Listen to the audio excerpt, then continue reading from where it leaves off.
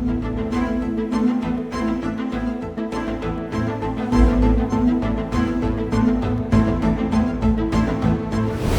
मैं रिधि, आप देख रहे हैं प्रदेश तक।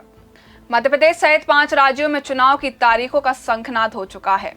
साथ ही इन तारीखों के ऐलान के बाद से आचार संहिता भी लागू हो गई है। ऐसे में यह जानना बेहद जरूरी हो जाता है कि आचार संहिता आखिर होती क्या है। पहले समझते हैं कि आचार संहिता क्या होती है। सीधे शब्दों में कहें तो आचार संहिता एक नियमावली है जिसके तहत चुनाव को निष्पक्ष और स्वतंत्र तरह से कराने के लिए चुनाव आयोग कुछ नियम और शर्त तय करता है। चुनाव आयोग के इन्हीं नियमों को आचार संहिता कहते हैं। इतना ही नहीं, चुनाव के समय इन नियमों का पालन करना सरकार, नेता और राजनीतिक दलों की जिम्मेदारी होती है। आपको बता दें, जब चुनाव आयोग प्रेस कॉन्फ्रेंस कर चुनाव प्रोग्राम की तारीखें घोषित करता है तो उसी के साथ ही आचार संहिता भी प्रभावशाली हो जाती है और यह चुनाव प्रक्रिया पूरे होने तक जारी रहती है, या यह भी कह सकते हैं कि रिजल्ट आने तक यह प्रभाव में रहती है। आचार संहिता का मतलब सिर्फ यहीं तक सीमित नहीं हो जाता है। इसमें ऐसे कई तरह के काम होते हैं जिन पर इलेक्शन कमीशन की नियमावली के अनुसार रोक लगा दी जाती है।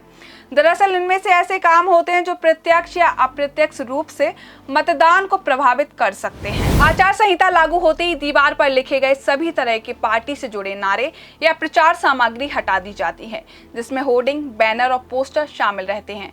साथ ही साथ इस समय सरकारी योजना और नई घोषणा नहीं कर सकते हैं। इसके अलावा भूमि पूजन और लोकार्पण भी नहीं हो सकता है।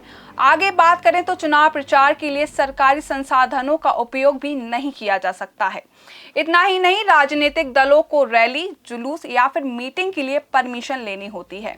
वहीं धार्मिक स्थलों और प्रतीकों का इस्तेमाल चुनाव के दौरान नहीं किया जाएगा। और तो और मतदाताओं को किसी भी तरह से रिश्वत नहीं दी जा सकती है।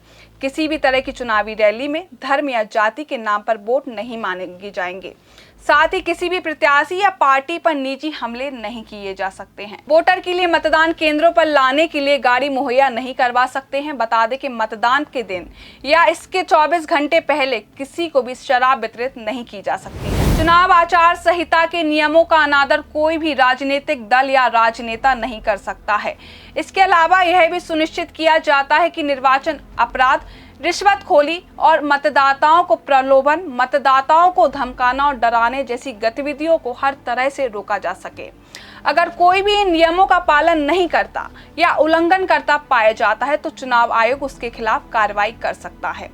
उम्मीदवारों को चुनाव लड़ने से रोका जा सकता है या उसके खिलाफ एफआईआर दर्ज कराई जा सकती है। साथ ही दोषी पाए जाने पर उसे जेल भी भेजा जा सकता है। फिलहाल इस खबर में बस इतना ही।